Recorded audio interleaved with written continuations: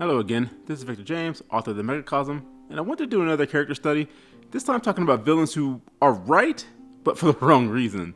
And I want to begin with Night of the Living Dead's Mr. Cooper. Yes, I'm going to play devil's advocate here.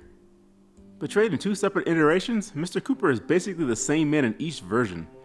No matter which film you watch, Mr. Cooper is angry, he's rash, abrasive, cowardly, and downright unlikable as a human being. No matter what the survivors, or even his wife thinks, Mr. Cooper is sure that he's right and that they are wrong.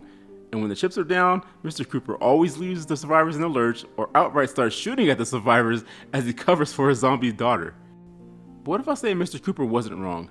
What if I say had the survivor listened to Mr. Cooper from the beginning, that they all would have lived until they were rescued?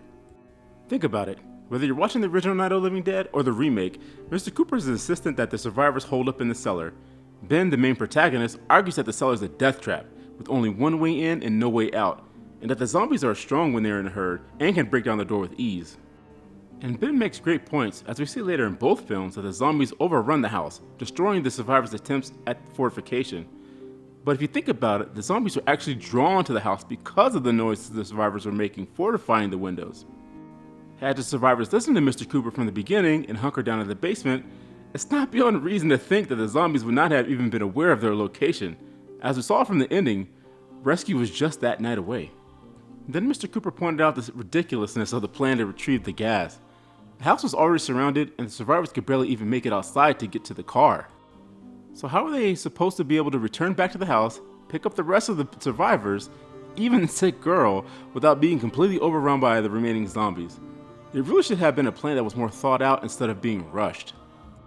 And again, they were only in that rush because they had made so much noise fortifying the windows, which attracted more zombies. So yes, I'm making the case here that Mr. Cooper was right, but I'm saying he's right for the wrong reasons. In the end, Mr. Cooper wanted to stay in the basement because he was a coward. His daughter needed immediate medical attention, but Mr. Cooper wasn't willing to risk his own life to get her that help. Mr. Cooper acted on the emotion of fear, which made him unable to articulate his argument well enough to get Tommy and Judy Rose to buy in. Had Mr. Cooper had any backbone at all, he may have been able to talk Ben into going downstairs just from the pros and cons of his plan. So in the end, Mr. Cooper was right about a lot of things. The survivors probably should have hunkered down in the basement, and they should have known that the fortifications wouldn't hold. And they should probably have sent someone out with the keys to check that gas lock before committing their safety to one plan. But this is all hindsight. In the end, Mr. Cooper really was just a coward who happened to be right. But you let me know in the comments below. Did I get this wrong? Was Mr. Cooper was just right and he should have just stuck to his guns? Let me know in the comments. Before I go, I just want to point out that I have one copy left of my book, Fiasco Adventures in Physical. Of course, you can also buy it in Kindle. That's never going to sell out. That's a digital copy. If you go to my website, themegacosm.com, you can also buy it from my store, which is my shop, or you can still buy it again from Amazon. I also have the link to my book, The Mark, which is selling really well. It's a novelette. You can read the description here. And also, you can go to my website and you can read the first chapter of several short stories that I have. Some of them are just first chapters to the stories that you can purchase. Others are actually complete stories like Liquid Bank and Carrier Cleaner. These are all complete stories that you read for free on my website, themegacosm.com. You can also sign up to the website where you can get new information because I have a new book coming out called The Narikomin, and that should be coming out by the end of this year. It's on its final edits.